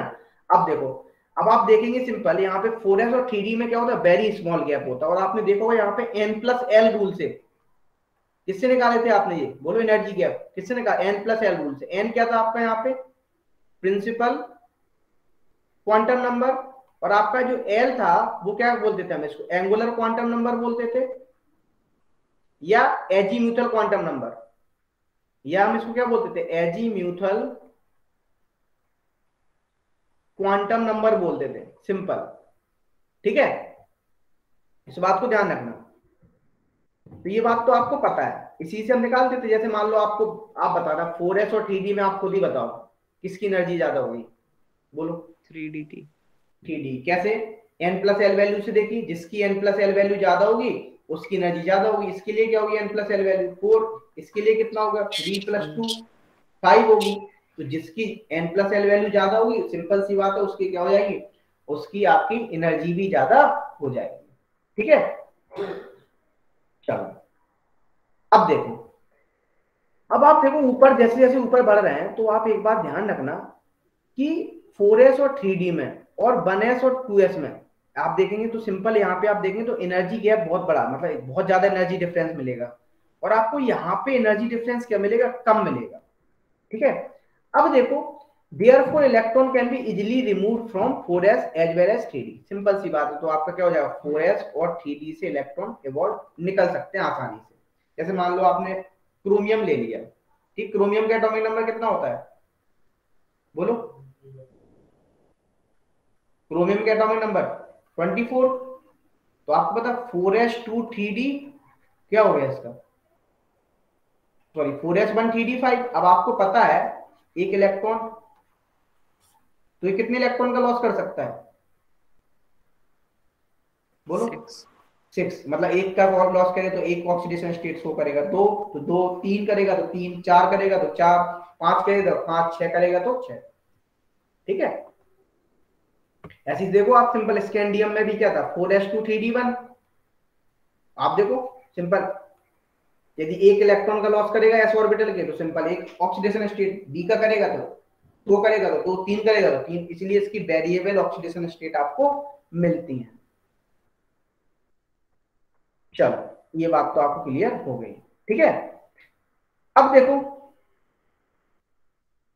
अच्छा मैग्नीज आपने देखा होगा, मैग्नीज के बारे में भी हम थोड़ी बात कर लेते हैं। यदि मैं मैग्नीज की बात करूं, मैग्नीज कितनी मैक्सिमम ऑक्सीडेशन स्टेट शो करता है? +7। +7। ठीक है ना, कौन सा है? KMnO4। ठीक है ना। अब देखो, यदि मैं बात करूं मैग्नीज के बाद क्या होगा? अब फिर से इलेक्ट्रॉन की क्या होने लगेगी? बोलो, पेयरिंग होने लगेगी ना।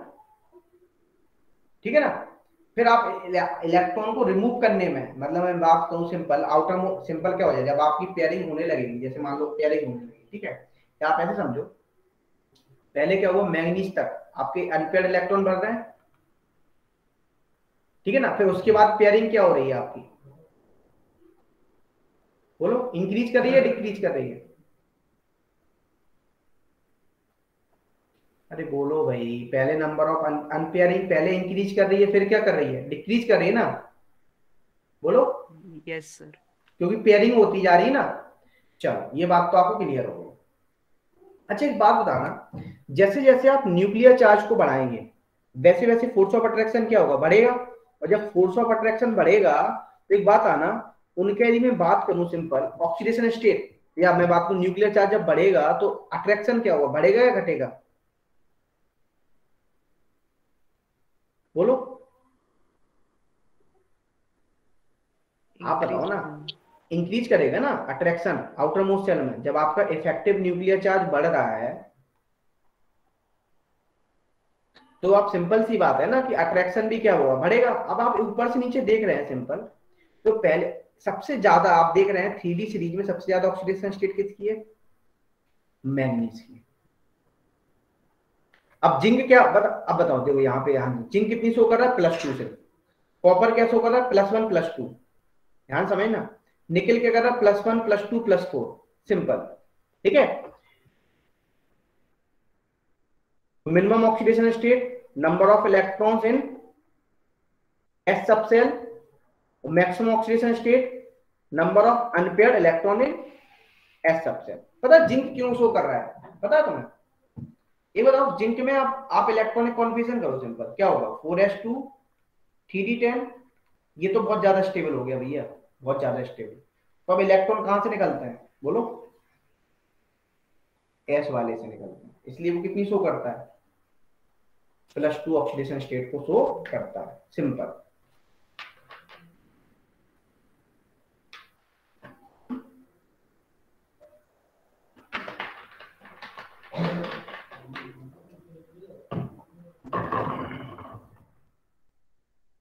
चलो, मैक्सिमम ऑक्सीडेशन स्टेट क्या होगा? Number of unpaired electron in D subshell और plus number of electron in S subshell, आप बता देंगे तो आपका ऑक्सीडेशन स्टेट हो जाएगा। ठीक है, ये आप देख सकते हैं सिंपल, ये पूरी टेबल बनी हुई है यहाँ पे। ठीक है, इस तरीके से ये बात आपको क्लियर हो गई, सिंपल। चलो एटॉमिक रेडियस की बात करते हैं। एटॉमिक रेडियस में क्या होगा बताओ, पहले क्या होगा? तुम्हें क्या लगता है एटॉमिक रेडियस में क्या होगा? तुमने पढ़ा होगा ये पीरियोडिक टेबल में, क्लास 10th में 11th में पढ़ा होगा, जब सर ने पढ़ाया होगा सिंपल, कि आपने बोला पहले क्या होती है एटॉमिक रेडियस, देख रहे हो डिक्रीज कर रहे हैं, डिक्रीज करता है फिर कांस्टेंट हो जाता है, फिर इंक्रीज। ये मैं एक्चुअली एटॉमिक रेडियस को कम किससे कर लिया था, मैं जोड़ लिया था आयनिक एनर्जी से। ऐसा क्यों होता है पता है?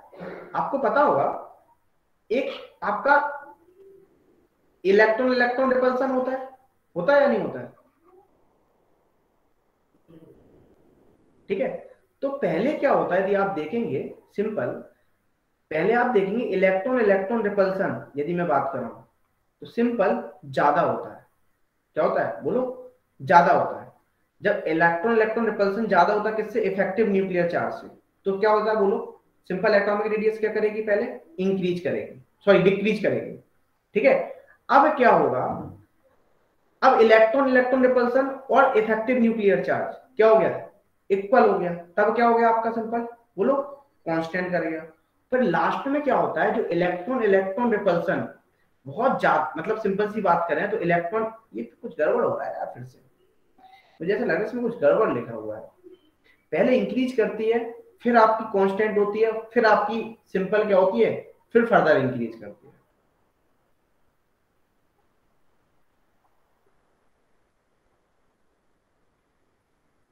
गड़बड़ है इसमें।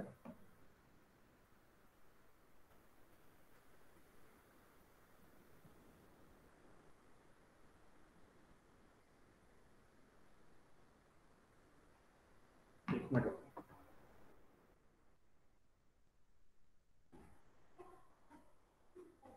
चला हो गया, ठीक है।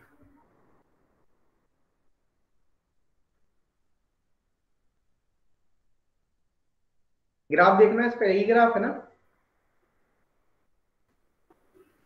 Yes sir. ठीक है, तो देखो आप सिंपल क्या हो रहा है, पहले इलेक्ट्रॉन इलेक्ट्रॉन रिपल्सन बढ़ेगा, ये उल्टा हो गया ना, डिक्रीज क्यों कर रहा मैं, वही उल्टा हो गया। एक मिनट रुको, समझो। फर्स्ट डिक्रीज करती है, क्यों डिक्रीज करती है? क्योंकि इफेक्टिव न्यूक्लियर चार्ज क्या होता है? इंक्रीज होता है इलेक्ट्रॉन इलेक्ट्रॉन रिपल्सन से ज्यादा।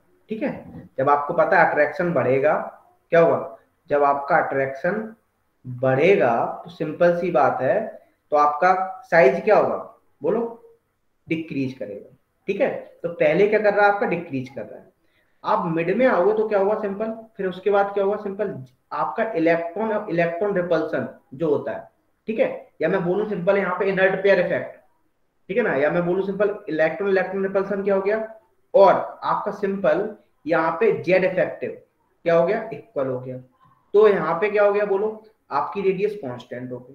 ठीक है, अब आप फिर फर्दर क्या होता है? फिर उसके बाद इलेक्ट्रॉन इलेक्ट्रॉन रिपल्सन ओवरकम कर जाता है किससे? इफेक्टिव न्यूक्लियर चार्ज से। जब इफेक्टिव न्यूक्लियर चार्ज से ओवरकम कर देगा तो सिंपल सी बात है, साइज आपका क्या होगा बोलो?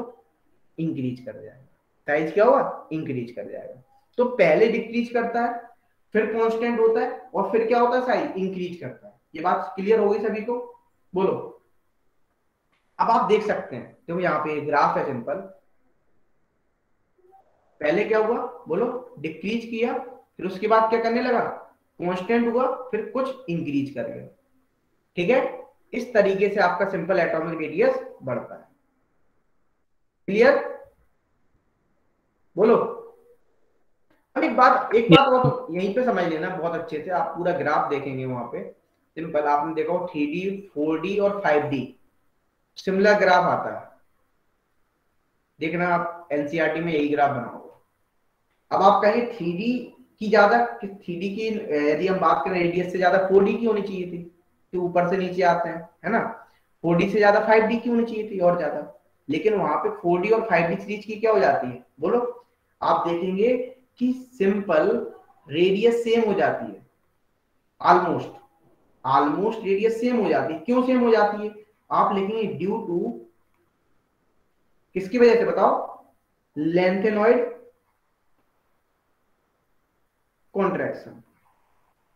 लेंथेनॉइड कॉन्ट्रैक्शन समझते हैं, सिंपल वही है।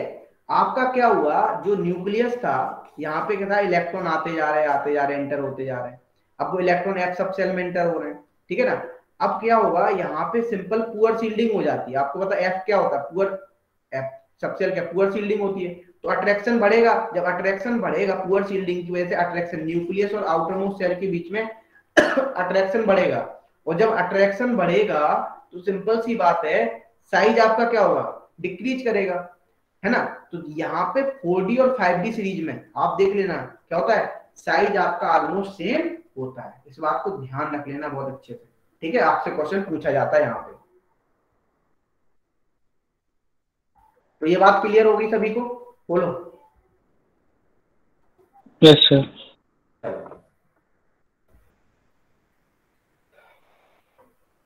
बताओ यहाँ पे, जिंक जिंक, जिंक का कितना होता है ऑक्सीडेशन स्टेट, वैसे बताओ तो जिंक भी नहीं करता, Hg भी नहीं करता है आपका, क्योंकि फुल्ली फिल्ड होते हैं ये।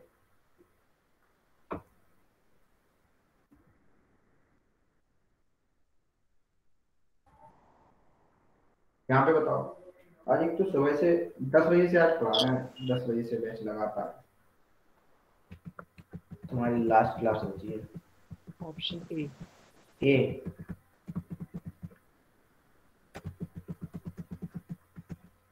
ये पीपीटी लेके नहीं आएंगे नेक्स्ट टाइम से, ये तो मैं सोच रहा था इसमें इफेक्ट हटवा दिए थे हमने, लेकिन उन्होंने हटाया नहीं ना, लिखने की जरूरत ही नहीं पड़ती इसमें। तो चलो आगे बढ़ते हैं, क्यों, क्या कहते हो तुम लोग।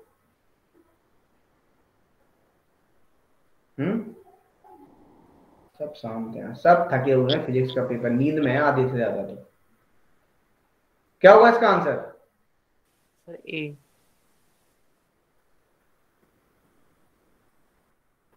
ठीक है, आगे बढ़े। आज तुम लोग आराम कर लो, कोई दिक्कत नहीं है। यहाँ पे बताओ, +2। Very good.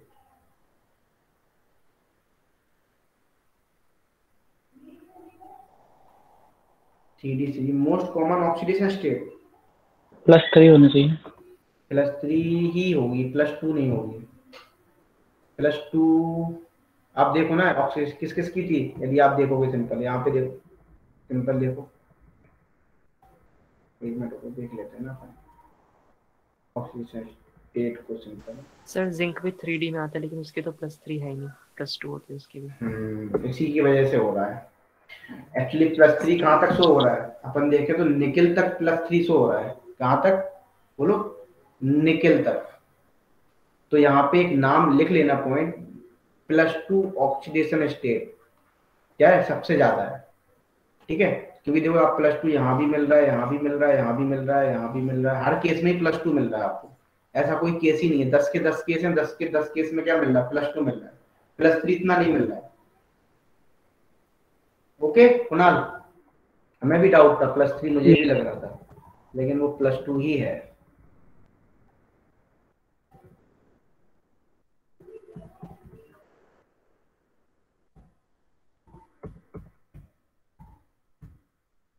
बताओ, ये तो अभी बताया था अपन ने, अभी किया था। Option A.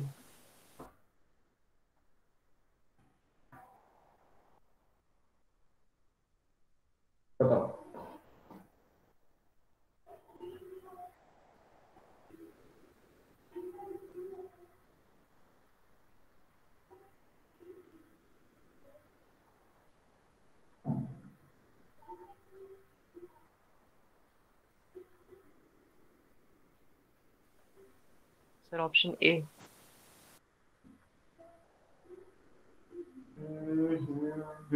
यही होगा, यही होगा, क्योंकि वही इलेक्ट्रॉन इलेक्ट्रॉन रिपल्सन क्या था, स्किनिंग इफेक्ट ही तो था वो, यस सर। है ना। स्किनिंग इफेक्ट या सील्डिंग इफेक्ट, उसी को तो बोलते हैं, एक ही बात है ना। जेड माइनस सिग्मा से डिनोट करते हैं, यदि याद हो। ये अपन अब नेक्स्ट क्लास में पढ़ेंगे। आज तुम लोग थके हुए हो, मुझे लग रहा है, सोए हुए नहीं हो, है ना, दिख नहीं रही है वो। अच्छा अब एक बात आओ, तुम्हारे डी एंड एफ खत्म करा देंगे, एक दो लेक्चर और लेंगे, 2 लेक्चर खत्म करा देंगे। आज तो कुछ वही नहीं है अभी। अब हम आपको कुछ क्वेश्चंस लेके आएंगे अच्छे अच्छे, इसको सब मैं अपना डाटा लेके आऊंगा, ठीक है। तो अब मैं जो इम्पोर्टेंट क्वेश्चन अभी बनते हैं अभी हम बताएंगे आपको। जैसे मान लो आपको पूछ रहा है क्रोमियम प्लस, चलो क्वेश्चन ही कराएंगे तभी पूछेंगे, है ना। मैं रिएक्शन बताऊंगा, पोटेशियम परमैंगनेट और पोटेशियम डाइक्रोमेट, ठीक है ना। इन दोनों की इंपॉर्टेंट आपकी रिएक्शंस हैं कुछ।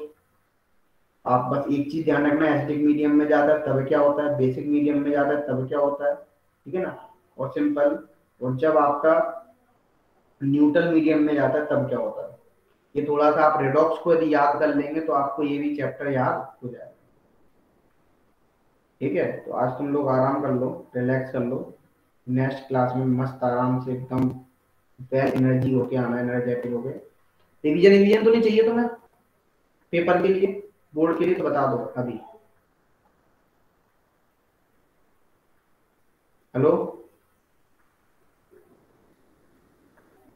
हेलो हेलो, आवाज आ रही है? रिवीजन रिवीजन तो नहीं चाहिए? मेंटल ले लेना है अच्छा। मेंटी लेना है, उस पर टाइम खराब नहीं होगा तुम्हारा? No sir. मेंटी ले लें? Yes sir. इसे छोड़ के रख लेना है तो। चलो मेंटी ले लेते हैं, एक काम करते हैं। चलो मैं बात कर लेता हूँ, मेंटी कर लेता हूँ, ठीक है। सभी लोग आना, तो रखूँ मेंटी, 10 12 15 लोगों में कहता है, सभी लोग आना, बोलो तो मेंटी करा दूंगा। ओके चलो मेंटी करा देता हूँ, ठीक है।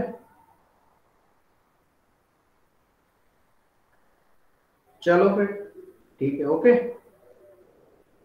अब एक सुनो, वो क्वेश्चंस देख लेना, मैंने क्वेश्चंस कुछ अपलोड हो गए हैं, कल भी एक वीडियो अपलोड हो जाएगी, ठीक है। और अभी भी एक वीडियो चल रही है तुम्हारी, एक पड़ी हुई है यूट्यूब पे, सिंपल। कौन सी? आज वो आएगी तुम्हारी, शायद 4 चैप्टर मैंने किए हुए हैं, तो उन 4 चैप्टर्स को कंप्लीट कर लेना, ठीक है।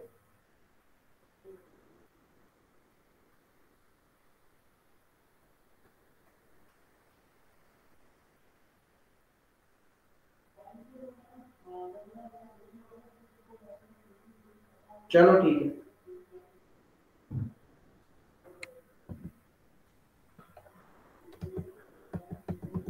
That's it all for today. Good night good night sir.